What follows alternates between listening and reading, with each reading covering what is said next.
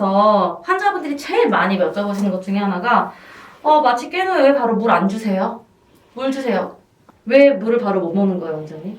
그 환자분들이 어쨌든 넘기는 게 물을 하다 넘기다가 혹시나 이제 기도로 넘어갈까봐 이제 그것 때문에 그러면 이제 큰일이 나거든요. 어쨌든 기도 쪽으로 이제 그 물이 넘어가거나 어쨌든 그런 것들이 넘어가면은 확실히 환자분이 호흡이 갑자기 확 떨어지면서 좀 응급 상황이 발생할 수 있기 때문에 우리가 그냥 가볍다 그러면 살에 걸리듯이 그냥 기침하면서 뱉어내거든요. 건강하면은. 근데 예를 들어서 전신 마취 하신 분들이나 수면 마취 깊게 하신 분들은 이게 기능이 떨어져 있어서 그 우리가 건강했을 때처럼 이제 그걸 갖다 기침으로 살에 걸리는 것처럼 잘 뱉어내기가 어려울 수가 있어요. 특히나 초반에는. 그래서 충분히 그 기능을 회복하시고 난 다음에 물을 드시라고 하는 거죠.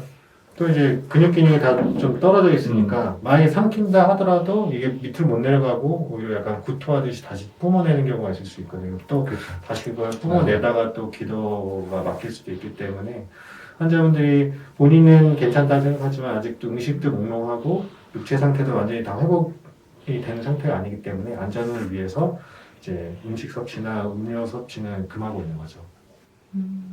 또 하시죠. 결국 흡인성 폐렴을 막으려고 그게 생기면은 굉장히 치명적일 수 있어서 고급지네요. 그리고 약간 그 약제를 쓰는 것 자체가 속을 좀 울렁울렁하게 할 수 있어서 구토의 위험성도 맞아요. 있습니다. 구토의 위험성도 있어서.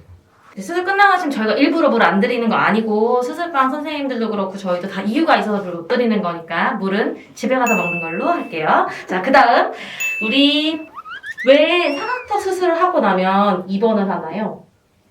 앞턱은 입원 안 하잖아요. 이거 진짜 많이 물어보시거든요. 꼭 윤곽하면 입원해야 되나요? 꼭 그렇게 하는 건 아닌데 이제 아무래도 이제 수술의 이제 위험도 수술 후의 어떤 관리 때문에 이제 입원 치료가 필요한 거거든요.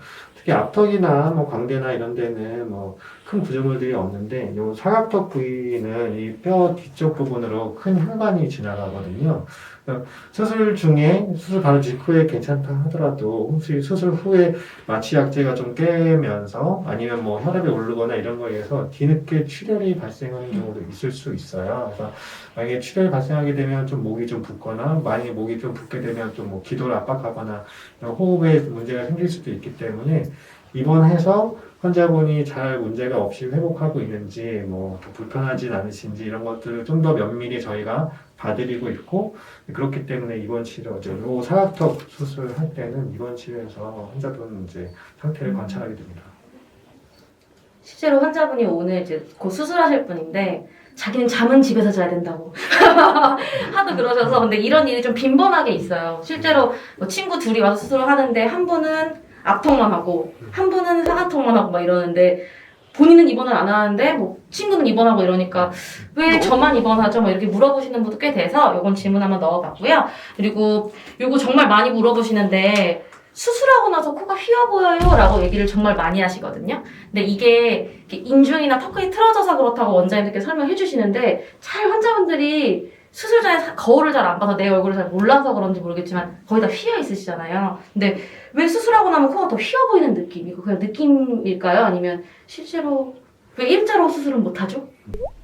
저는 항상 환자분 수술하기 전에 얘기를 드리는 것 중에 하나가 일단 우리가 눈 같은 경우도 오른쪽 왼쪽을 수술하면은 반드시 한쪽이 더 붓거든요. 오른쪽이 더 붓든 왼쪽이 더 붓든 눈이 똑같이 양쪽이 똑같은 크기로 붓진 않아요. 양쪽이 조금씩이라도 차이가 있게 붓는데 코도 사실 마찬가지로 코도 오른쪽 왼쪽이 있다고 코가 한쪽이 더 붓고 한쪽도 덜 부을 수 있다고 이제 코는 당연히 그래서 그게 붓기가 있는 시간 특히나 이제 1, 2주 큰 붓기가 있는 시간은 당연히 양쪽이 틀리고 또 잠붓기가 있는 한두 달 정도까지는 코의 양쪽도 오른쪽 왼쪽이 조금씩 붓기가 다르기 때문에 약간 그렇게 보일 수 있는 게 있고 또 하나가 중요한 게 얼굴을 대부분 보시면은 수술하기 전에는 모르세요. 근데 본인의 미간이랑 그다음에 인중의 중앙점을 찍어서 이렇게 내려보면은 그게 수직으로 똑바로 내려오시는 분들이 거의 없으세요.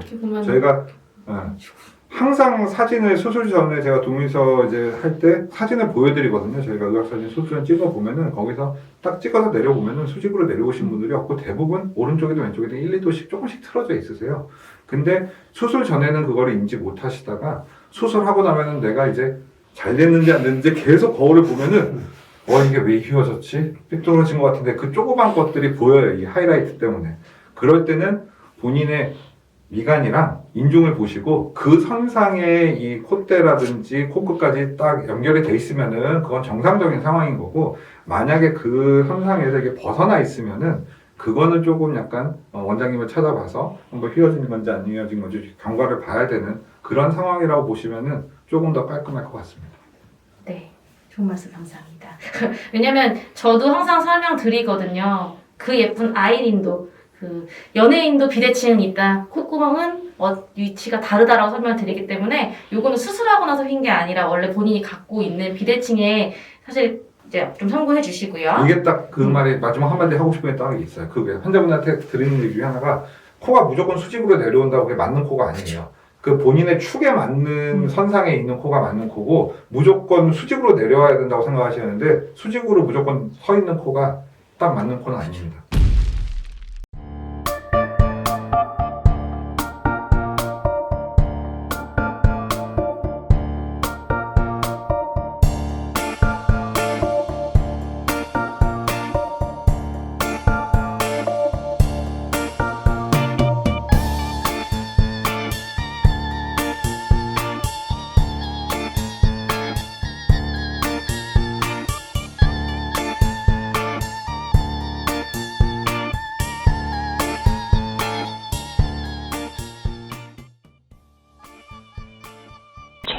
수술 전에 저희가 다 설명을 드려도 수술 후에는 기억이 잘 안 나거나 애매하거나 그런 경우 있는데, 인터넷 같은 데 검색하지 말고 연락을 주시면 저희가 다 대답해 드릴 거니까 궁금하다 그런 거 있으시면 언제든지 연락 주세요. 모범답안이네요.